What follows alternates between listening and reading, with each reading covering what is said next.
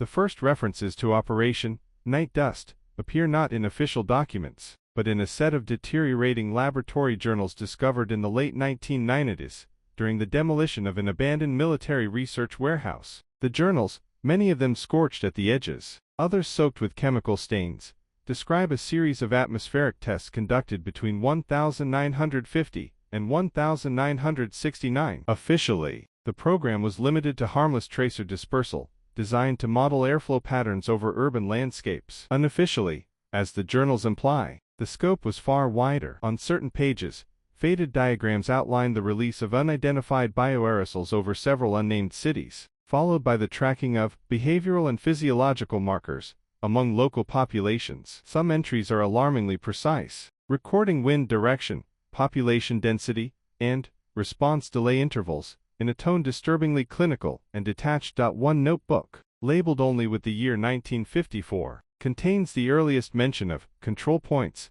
a term absent from every declassified document associated with the program. The writer, whose signature is reduced to a single initial, describes these control points as localized atmospheric anomalies, preselected for testing due to their unique thermal and airflow characteristics. According to the notes, experiments centered on dispersing ultrafine particulate agents at these sites, monitoring how they move through neighborhoods, and analyzing how long the particles remained suspended before settling on surfaces. The journal makes repeated allusions to pattern separation, suggesting the aerosols behaved differently in these zones, forming dense pockets of concentration rather than diffusing normally. What caused these anomalies? Geographical features, meteorological quirks, or something engineered, is never explained. The earliest field tests described in the journals allegedly took place in the summer of 1955. The entry paints a vivid picture of a city waking up under a pale bluish haze shortly before sunrise. Witnesses described a metallic smell lingering in the air, though officials later blamed emissions from a nearby factory. The journal, however, lists the release as deliberate, carried out by two unmarked aircraft deploying aerosolized material across a 5-square-mile radius. Researchers stationed on rooftops collected air samples using small metallic canisters, noting that the aerosol adhered strangely to glass and metal surfaces. One observer recorded that streetlights took longer than usual to switch off at dawn, as if coated by a thin film that refracted the morning light. By the following year, the journals document a shift toward testing in larger, more populous cities. 1956 entry mentions Phase B trials over a coastal metropolis, noting increased public complaints of throat irritation and coughing. Local newspapers dismissed it as a seasonal allergy spike, but the journal's author noted the symptoms in correlation with aerosol drift patterns. Population response appears within acceptable parameters. In the margins of that same page, a smaller, more frantic note reads, "Unplanned cluster identified near control point 3, resample at once." More troubling are the cross-references to an internal classification system labeled ND7, which researchers use to categorize aerosol persistence. The higher the ND number, the longer the agent remained airborne. Several tests, according to the journals, reached ND9, far exceeding thresholds described in any public record. One entry even warns that the extended airborne lifespan could cause unanticipated civilian exposure, yet the test proceeded anyway. Reports of temporary disorientation, dizziness, and nausea appeared in hospital logs days later, but no official connection was ever made. Yet despite the operational detail, the journals remained silent on one critical point: what, exactly, was being tested. The chemical compositions listed in the margins are incomplete, obscured by smudges, or replaced with code names such as Compound Delta, Variant H, and Strain 1 for B. Some pages appear deliberately torn out, leaving only fragments of formulas and half-finished sketches of airborne dispersal models. Who removed them, and why, remains buried in shadow. As the journals progress into the late 1950s, the tone of the entries shifts from observational to urgent. Researchers begin to document unexpected results that deviate sharply from projected models. A 1958 log describes a release conducted at night over a small industrial city, timed for 3:14 a.m. to coincide with temperature inversion layers. According to the notes, the aerosol behaved beyond predicted boundaries, forming a vertical column instead of spreading horizontally. The column lingered for nearly 20 minutes, long enough for the ground team to detect measurable bioelectric interference. Their field instruments, designed to record airborne density, instead registered rhythmic patterns resembling cardiac pulses. One technician wrote, "The air itself had a pulse." Equipment logs confirm that several devices overloaded and shut down, despite no known source of electromagnetic disruption. Then there is the incident at Control Point 6, an event mentioned in 3 separate journals, each account slightly different but equally unsettling. The 1959 entry describes a sudden drop in wind speed during a dispersal operation, followed by the aerosol forming what the researcher calls a static veil. Observers noted that the veil muffled ambient sound, conversations became muted, and even footsteps seemed dampened. Animals in the area reacted violently, dogs howling, birds scattering in erratic patterns. The veil persisted for 12 minutes before collapsing in on itself, leaving a faint shimmer on nearby surfaces. Later chemical analysis listed the residue as unknown organic-inorganic hybrid compound, but the lab report ends abruptly with the note, "Further examination suspended by directive." In the early 1960s, references to human subjects appear for the first time. Researchers began tracking specific individuals within test zones, noting their behavior before and after field trials. While official documents claim that no citizens were knowingly exposed, the journals state otherwise. A 1962 log describes selecting a group of 30 volunteers from a military clinic,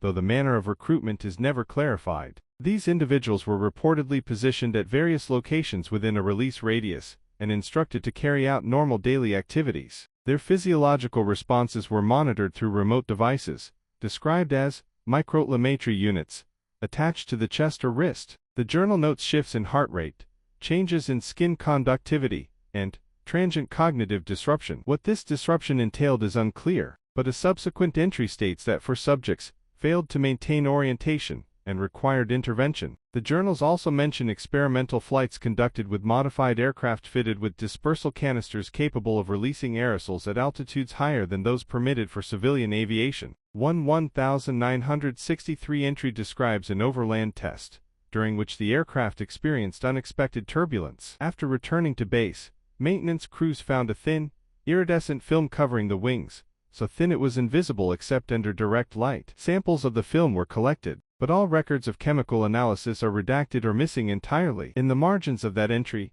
a handwritten note states, "Do not allow environmental team access. Secure samples in cold storage. Vault B only." By 1964, the journals begin to reference increased military oversight. Meetings held with senior officials are described cryptically, with phrases like "directive adjustments" and "risk parameters expanded." An entry from that year states plainly, "Command is no longer concerned with environmental impact, priority has shifted to behavioral influence." From this point forward, the nature of the test takes a more disturbing turn. The aerosols, now referred to as behavioral vectors, were dispersed specifically in areas with high civilian activity, marketplaces, transportation hubs, and crowded residential districts. Though none of these events appear in public health records, the journals meticulously track spikes in agitation, confusion, lethargy, or collective mood shifts following dispersal. One entry from late 1964 stands out sharply. The researcher writes of a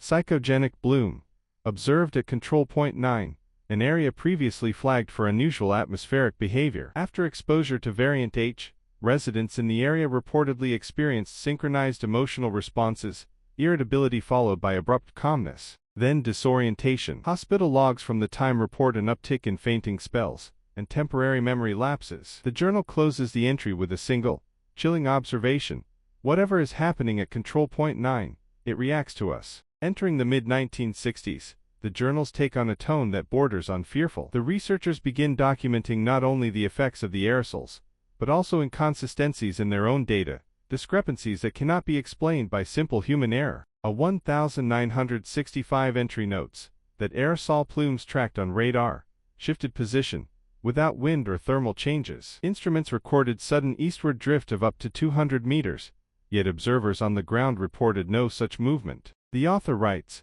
"Plume existed in 2 positions depending on method of measurement. Optical observation inconsistent with telemetry readouts." Many pages from that year include similar contradictions, as though the aerosols were behaving differently depending on how they were observed. The phenomenon becomes more pronounced in an entry dated June 1965. During a nighttime release near a suburban district, ground researchers described seeing what appeared to be faint moving ripples in the air, distortions, like heat rising off asphalt. However, the temperature that night was unusually low. One observer claimed that the distortions resembled figures shifting position, though others dismissed the observation as fatigue. Yet the journal notes that, minutes after the ripples were seen, several residents reported waking abruptly, experiencing vivid nightmares involving silhouettes in their rooms. Medical follow-ups showed elevated cortisol levels, despite no recollection of actual intrusions. Then there is the troubling case of Control Point 11. The journals mention this location repeatedly,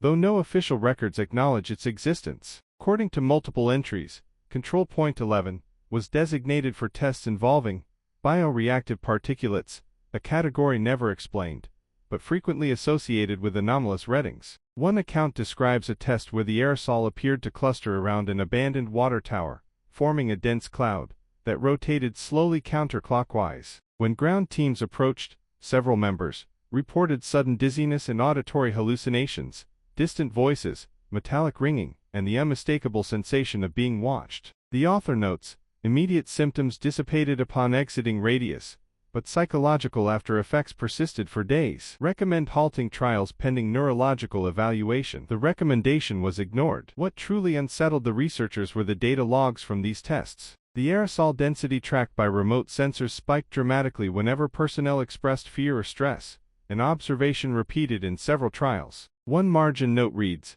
Vector H appears to respond to emotional state, possible feedback loop. Another, this cannot be atmospheric behavior, it is interaction. The journals never elaborate, but they do describe repeated attempts to replicate these responses under controlled laboratory conditions. Within the recovered laboratory notebook, the handwriting becomes noticeably more erratic, starting around late 1958, as if the author, still unidentified, was writing in haste or under stress. The lines tilt downward, ink pressure increases, and several pages include smudges that look as if they were wiped quickly by a gloved hand. These sections detail the creation of what the writer calls monitoring halos, concentric rings set up around test sites that were never disclosed in official documentation. The halos consisted of hidden sampling units buried under public parks, rooftops of schools, and even within the ventilation shafts of municipal buildings. The intention, apparently, was to capture not only aerosol dispersion metrics, but also immunological responses in unaware citizens. A chilling phrase repeats several times,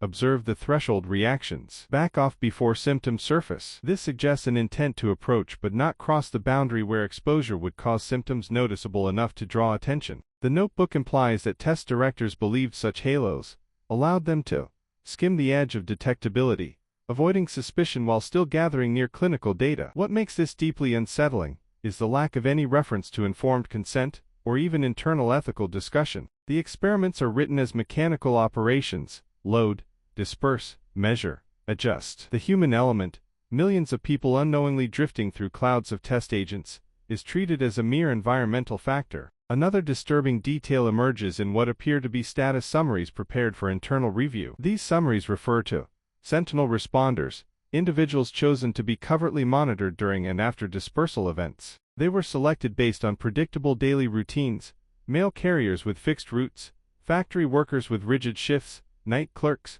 who always walked home at the same hour. The notebook describes how these individuals were observed, sometimes photographed, to measure subtle physiological shifts, coughing frequency, changes in walking speed, absenteeism, sleep disruption inferred from late-night window lights. The text never states how these responders were chosen, or whether any agents were directly targeted toward them, but hints appear in margins: ensure passage through drift corridor, and night route optimal for second stage capture. It is unclear whether these notes refer to directing aerosol clouds or simply positioning monitors, but either implication is disturbing. The responders' identities are redacted, names scratched out violently, leaving deep grooves in the paper, as though removing the evidence mattered more than preserving the integrity of the notebook itself. The block concludes with a brief, unsettling entry dated March 14, 1959. Directive received: expand halos. Prepare for nocturnal trials. No external notification. The writer underlines the final sentence twice. A thin smear across the bottom of the page,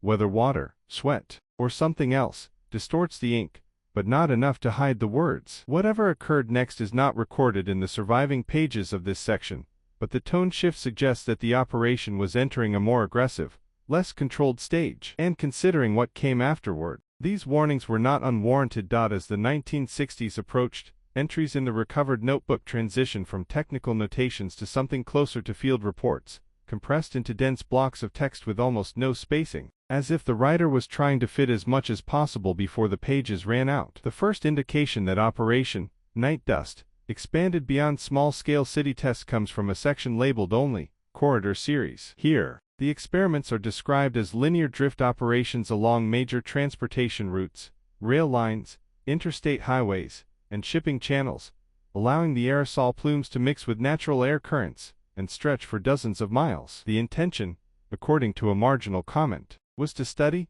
multi-urban propagation, essentially how a cloud released in one city could travel invisibly into another. The notebook lists several corridor codes, C17, C42, C55, but offers no locations, only meteorological data, timestamps, and columns of exposure density estimates. Most chilling is a scribbled remark beside one corridor: population impact across 3 zones, satisfactory. No indication is given what impact meant or what the threshold for satisfactory actually was. The writer's tone grows more anxious during these sections. Sentences become disjointed, as if he were writing while constantly checking over his shoulder. He notes that external audit teams have begun asking about material consumption rates, suggesting that someone outside the core group had noticed discrepancies in warehouse inventories, too many canisters unaccounted for, too many late-night transport deliveries. Instead of suspending the program, the response logged in the notebook is masked distribution through secondary requisition, implying they hid the missing supplies by redirecting them through unrelated departments. This maneuver appears to have bought them enough time to ramp up the nocturnal trials referenced earlier. A short, jagged sentence stands alone in the margin: they want results faster. The next entries describe nighttime dispersal events conducted under cloud cover, often between 2 o'clock and 4 a.m., when urban activity was minimal. Flight paths of low-altitude aircraft are sketched roughly, accompanied by notes on humidity, dew point, and inversion layers that would trap aerosols close to the ground until sunrise. The final phase of Operation Night Dust begins with a stark shift in the notebook's writing style. The neat engineering script that dominated early pages is replaced by rushed handwriting, uneven pressure on the pen, and entire lines that tilt downward as though the writer were scribbling in a moving vehicle or under severe stress. At the top of the page, someone, likely the same anonymous chemist, has written a single phrase boxed in graphite: the crosswind index trials must never be acknowledged. Whatever happened next appears to have been the most sensitive portion of the crosswind index trials. According to the fragments that survive, involved deploying aerosols under specific sideways wind currents in order to redirect plumes into zones of indirect interest. These zones are never named, only designated by numbers: C3, C7, C9, and the mysterious Z12. All 4 zones appear repeatedly accompanied by the same phrase: unregistered population clusters. Historians who later examined the notebook were never able to determine what that term meant. It could refer to temporary migrant encampments, industrial night shifts, or even civilian neighborhoods not included in earlier census models. But the fact that such populations were targeted at all, without protection, warning, or knowledge, casts a heavy shadow over the program's true objectives. Entire project. One entry stands out sharply. Beside the date, September the 19th, 1963, the writer has drawn a circle around 2 words: unexpected response. Below that, he notes that field observers in Zone 7 reported irregular respiratory reactions in multiple clusters within hours of the aerosol's drift. Temperature and humidity data for that night were normal, suggesting the reaction came not from atmospheric anomalies, but from the aerosol itself. Instead of halting operations, the directive logged was continue dispersion, broaden index. No follow-up explanation is provided, but 3 pages later, crossed out so violently the paper nearly tore, the writer scrawls, variant is not stable. This is the second and only other time the word variant appears in the notebook. Following this, the entries take a darker turn. Reports from internal auditors grow more frequent.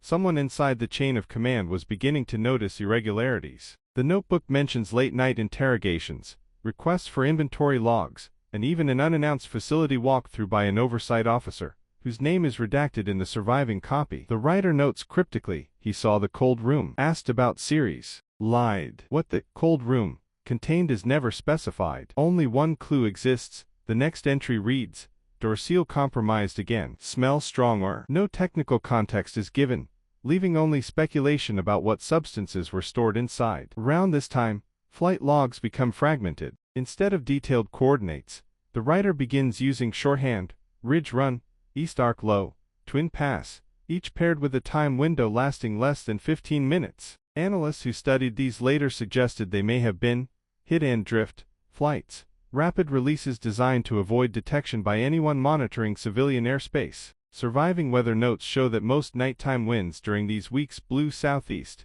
meaning cities far outside the originally targeted areas might have unknowingly been exposed. The final section of the notebook, its last 3 pages, is the most unsettling. They appear to have been written in a different location entirely, possibly a hotel room or a borrowed office. The handwriting is shaky, margins uneven, and the paper smudged as though rubbed by anxious hands. The first line reads, "They shut us down, but not for the reason they think." According to the entry, an inspection team arrived unexpectedly after noticing discrepancies in supply reports filed by a civilian clerk. The notebook states, "They looked at the tallies. They asked about disposal logs. They had the wrong suspicion." Whatever the inspectors believed was happening, it wasn't the real issue. The writer emphasizes this twice. Then comes the most cryptic passage in the entire record. Control points activated, 5 total. Only 3 reported back. These so-called control points were mentioned earlier in the notebook but never explained. Here they are described as observer nodes,